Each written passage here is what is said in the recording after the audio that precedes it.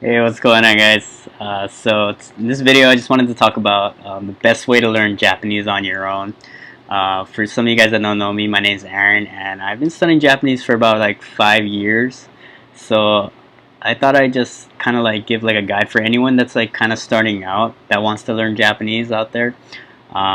These are some of the tips that I've learned over the years that have like really helped me in learning Japanese. And this is my website here. I'll leave a link in the description, but you can check it out too here. But I just wanted to go over some things that I learned here. So let's start with the first step is that you got to understand that learning Japanese is a journey. For me, like 5 years ago, man, it was tough. Like I have my parent my I'm 100% Japanese, but I'm born and raised in America, and my mom is actually from Japan, but she like never really spoke to me in Japanese like that much. She only spoke to me in like a little bit Japanese and like mostly English. But the thing is, the reason why I wanted to learn Japanese was because I couldn't have a good conversation with her. I couldn't have a deep and meaningful conversation because of that language barrier. So that was my drive. So for you guys, I just wanted to ask you guys, like, what is your drive? Maybe you guys can leave a comment, tell me what's your drive to learn Japanese. I really just want to help people out there that want to learn Japanese. Maybe these tips here would also help you, maybe give a foundation, because this is the foundation that helped me learn Japanese. So just moving on to step two, I'd say find a Japanese grammar guide. So whether that be a textbook or whether you're like finding or for a course or a program, whatever, I think the best way to learn Japanese is you gotta have like some sort of outline, because you cannot just learn on your, I mean, like without having this like a certain textbook to follow that has all of the grammar particles and everything that you need to learn. For me, I use the Genki 1 textbook. It's pretty much the most popular textbook. Textbooks in Japan, any um, classes in Japan or classes in America are using this textbook to learn, because the reason why it's so good is because it's very interactive, has a lot of pictures. Here's some examples here, like basically like right here, it's giving like a conversation of an everyday conversation that they're having in Japan about asking what time it is, in Japanese. So that's the cool thing here. It's very interactive. It gives like vocabulary. So when you learn this vocabulary, you'll be able to use it like instantly with the scenarios and the exercises that they give you. So you learn the vocabulary and you use it right away, which definitely is the key right there. Using that language, using what you learn, and putting it into practice. That's the biggest thing that helped me. So moving on here, and also grammar, of course. It goes over the grammar topics in detail.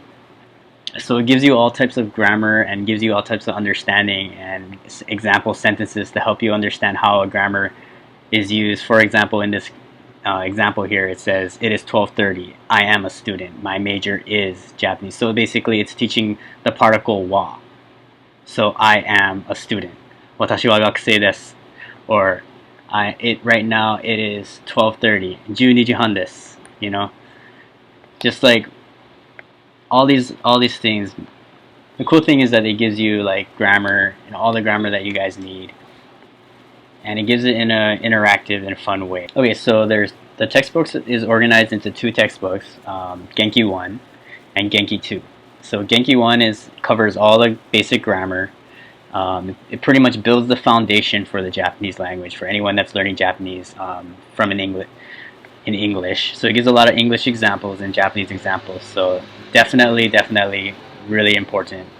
And then Genki 2 is a follow-up to Genki 1, which shares more advanced grammar topics and pretty much essential grammar too, and more grammar that is used in everyday conversations. So it is more of like a beginner to intermediate level of Japanese when you're going into Genki 2. But both of these Genki textbooks I highly recommend, because yeah, they're just really they just build the foundation so well. But if I also give another guide here, this is another guide that I also use, and it's free. So this one it may not be as interactive as the Genki one. It gives you like, may not give like the examples, may not give like the pictures. It's kind of just like a straightforward grammar guide that also helped me. I use this, and I use the Genki 1, Genki 2 textbooks to help me in my foundation for grammar. So basically, the Tae Kim's Guide to Japanese Grammar, it follows a different approach. It pretty much just goes right into the nitty gritty. Of it. Goes straight into kind of the harder topics first, and that's because the author believes that, he believes that you should go over the harder topics first, so that the easier topics when you go over the easier topics later, it'd be a lot easier for you, and you'd be able to do it because you already have that foundation of the harder topics. But basically, the guide is broken down to 5 sections. The writing system, you learn hiragana, katakana, kanji. If you guys don't know what that is, those are basically the Japanese characters. Basic grammars like the particles, the nouns, verbs, adjectives, and all of that.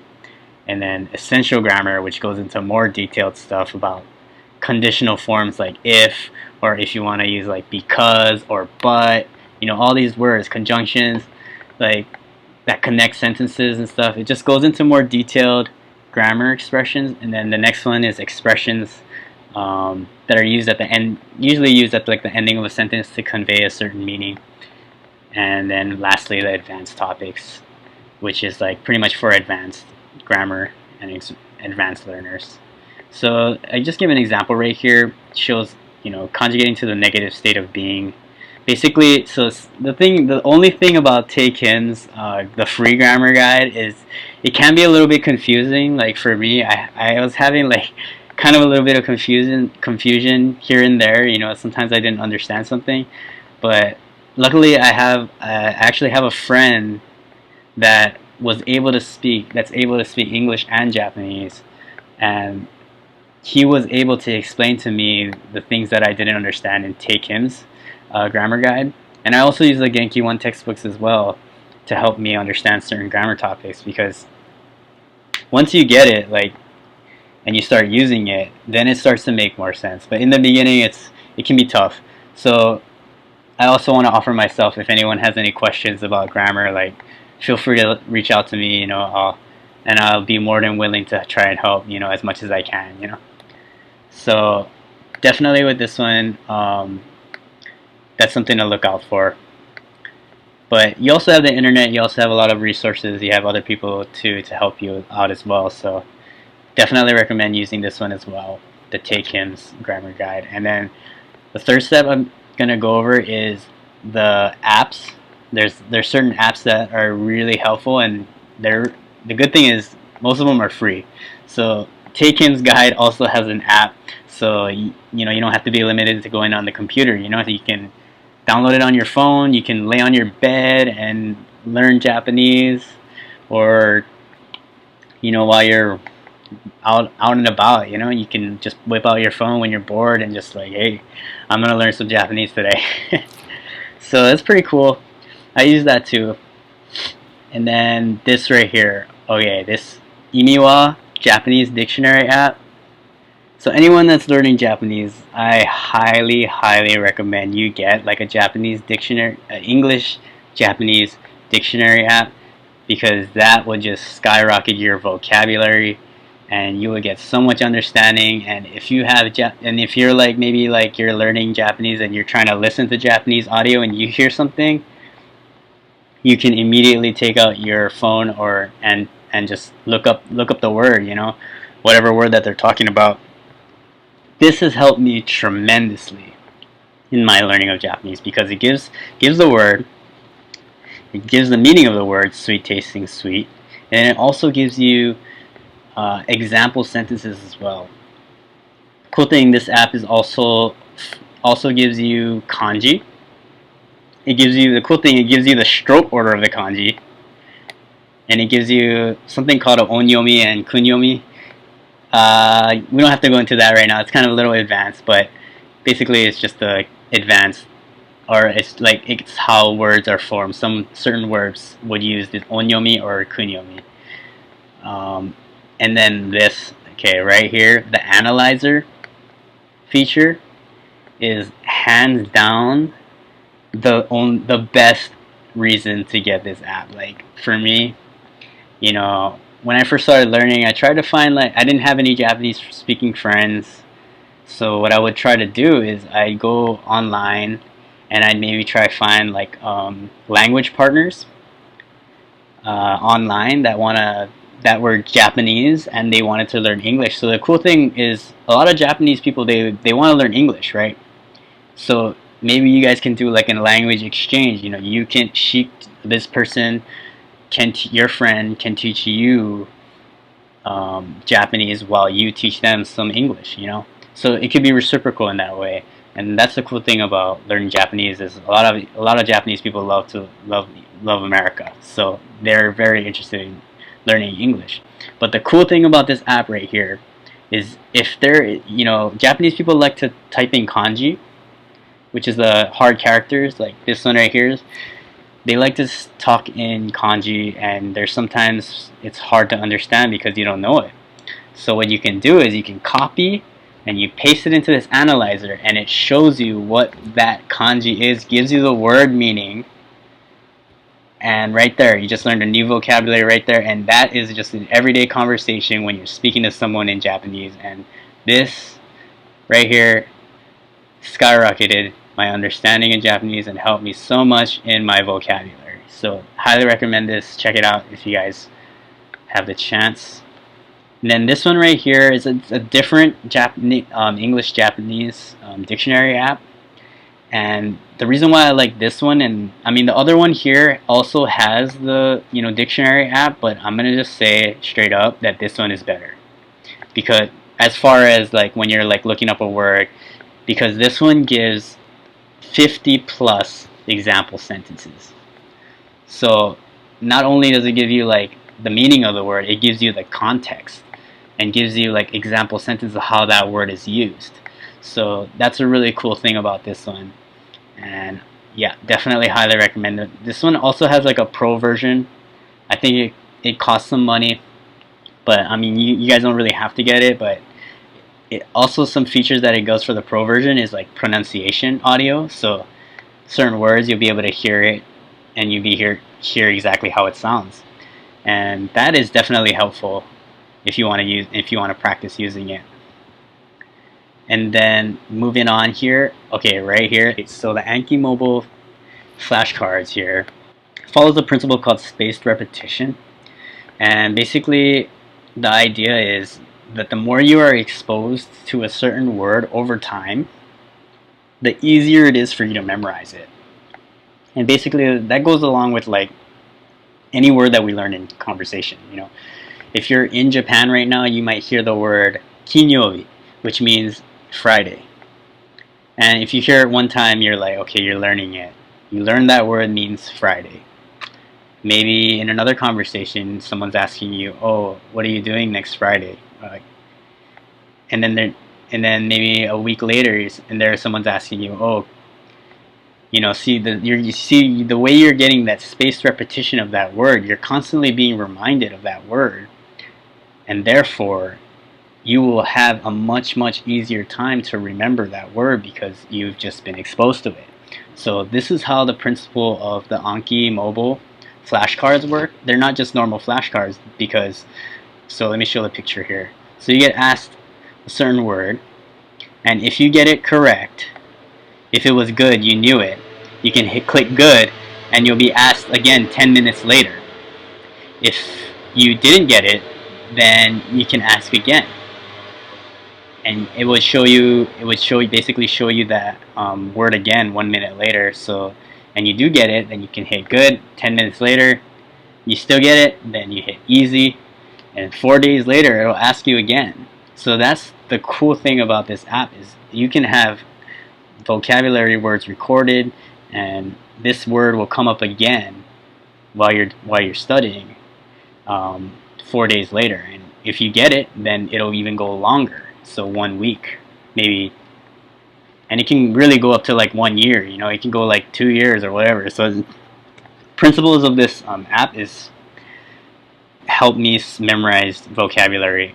Like for me, like struggling with vocabulary is definitely But one thing that I had, it was hard for me to learn Japanese was because when I study a word, like when the next time I hear it, like I forget. So this way, if you're not exposed, for those that are not exposed to the Japanese language, definitely recommend using this app. It's free on the desktop, but for iOS, for Apple, it actually costs $25, but on the Android, it's free. So another tip right here that helped me so much in my learning journey was joining a Japanese learning community. And I'm sure you guys are, maybe if you guys are already connected to one already. So the reason why it's so important is because you're already connected with like-minded people, people that are learning the language, that are willing to help you out, or people that are just, if you have a question, they'll be able to answer for you. And these are just some here that have helped me, like Reddit, Facebook groups. This one right here specifically I really want to talk about is this High Native language learning community app. And the best part about this app is that it's like a question and answer app.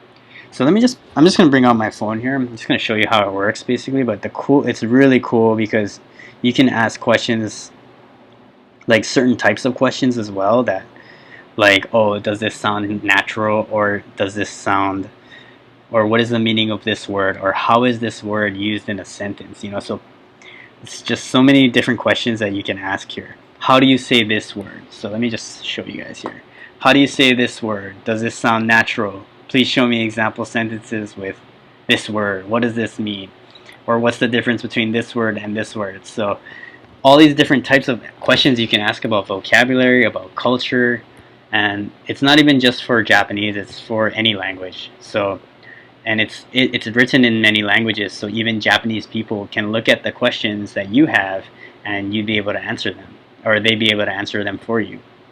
And what sounds natural, what doesn't. And the cool thing is you can also answer questions too for other people that are learning English. So it's really fun.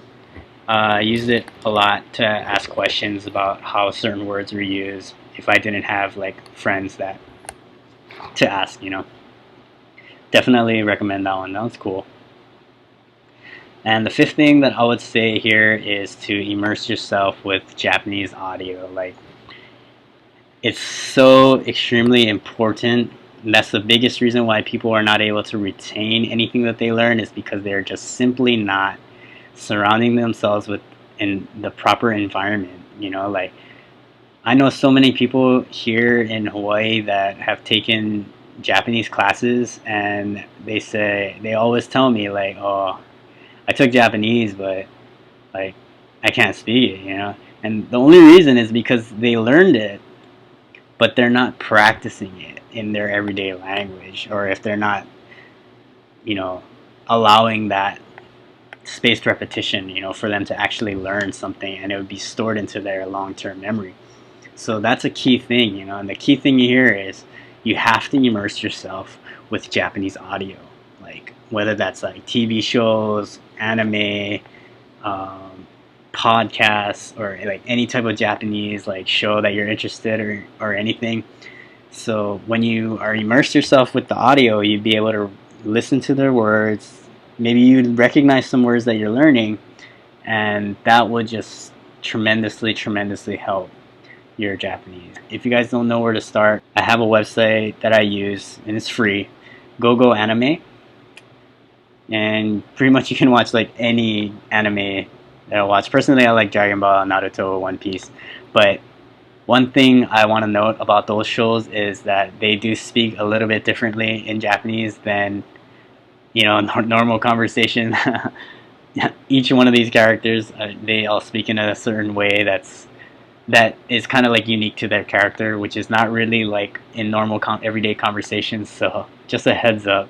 That's why I recommend, like, if you're starting out, you may want to start out with a show that's a little bit more like realistic, more connected to real life. And maybe this one right here, I just gave a recommendation, like Kimi no Nawa is like a really famous, popular Japanese movie. It's based on real life, but it does have a twist of fantasy, and it's super popular. And it was popular at one point, and yeah, check it out if you guys are interested. And the final tip here is find friends that can speak Japanese. Like, yeah, I just have to say it. Like, having friends that spoke Japanese just completely changes the game. Like, for me, like, I went from probably lower level to probably advanced level because I was able to learn so much from making Japanese speaking friends and speaking to them and practicing. And the cool thing is, they're all my friends. They've always been real cool, you know, and patient, and you know, they're willing to help, and they're so cool. So I appreciate them to this day. And that's why, like, for anyone out there that's learning Japanese, like, and you guys wanna practice, or if you guys don't have a Japanese speaking friend, like, feel free to reach out to me. You know, like, I feel like, shoot, you know, I didn't have that much friend in the beginning. It was hard. You know, I really wanted to learn Japanese, but like, I didn't have anyone to help me, and that was a hard part. You know, so I'm like super thankful that I actually made some friends in Japanese that were willing to help me, and that's the reason why I feel like I want to do the same for anyone out there. You know, just so feel free to reach out to me. You can leave your name in the comment, or just reach out to me in a message or whatever.